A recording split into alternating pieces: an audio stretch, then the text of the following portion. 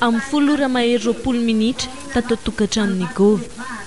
Ny filohan'ny CNT, Ramatoa Atala Beatrice no atao amin'ny vata fahitalavitra manomboka ny fanambarana ny voka-pifidianana filoham-pirenena feno ny vonjimaika.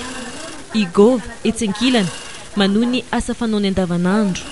Manjaitra, saingy tsy avelan'ny feon'ny machine tsy andreny fanambarana.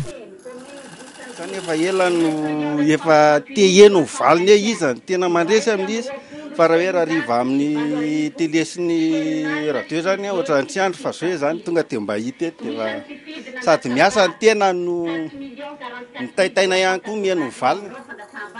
Tsy maintsy nijanona ihany anefa ny tanana rehefa tonga eo amin'ny fitanisana ny vokatra azon'ny candidat tsirairay ny fanambarana. Iza no andresy.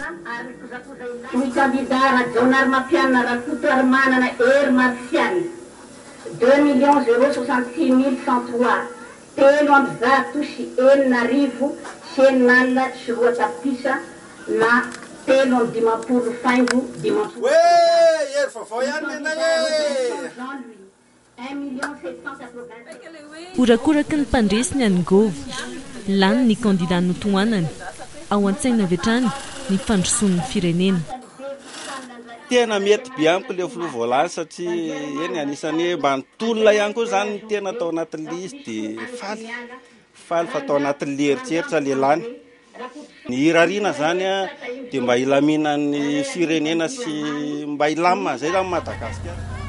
Tahaka ny Gov, avahoaka antapitrisany androany no diboka faliana na reny vokatra avy amin'ny CNT Indy.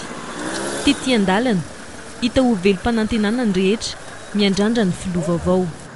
Nafaly mihitsy ny ako hoe ianona filoham-pirenena vaovao tsy tia korotana intsony zany raha ny tena marina. Ndraiky zany dia hoe mba hisokatra daholo ireny orinasa ireny mba hoe hiasan'ny ankizy amin'ny asa hisy amin'izay ny tombotsoan'ny rehetra zany. Rehefa misy filoham-pirenena fotsiny eto Madagasikara aloha dia efa izay ny zava-dehibe. Ngamba tsy zah rery ny andry azy zany fa ny olona rehetra. Mba tsy hisy ny korotana intsony ny hampandeha ny asa sy ny fitadiavam-bahoaka fa mijaly loatra ny vahoaka. Ampandrosin'ny firenena ialana amin'izao crise zao. Mbola vonjimaika ihany anefa ny fanambarana navoakan'ny CNT androany iny. Mandra-piandry izay hodidy avoakan'ny CES, miverina amin'ny andavanandro ny rehetra manohy ny asa mandrarahana.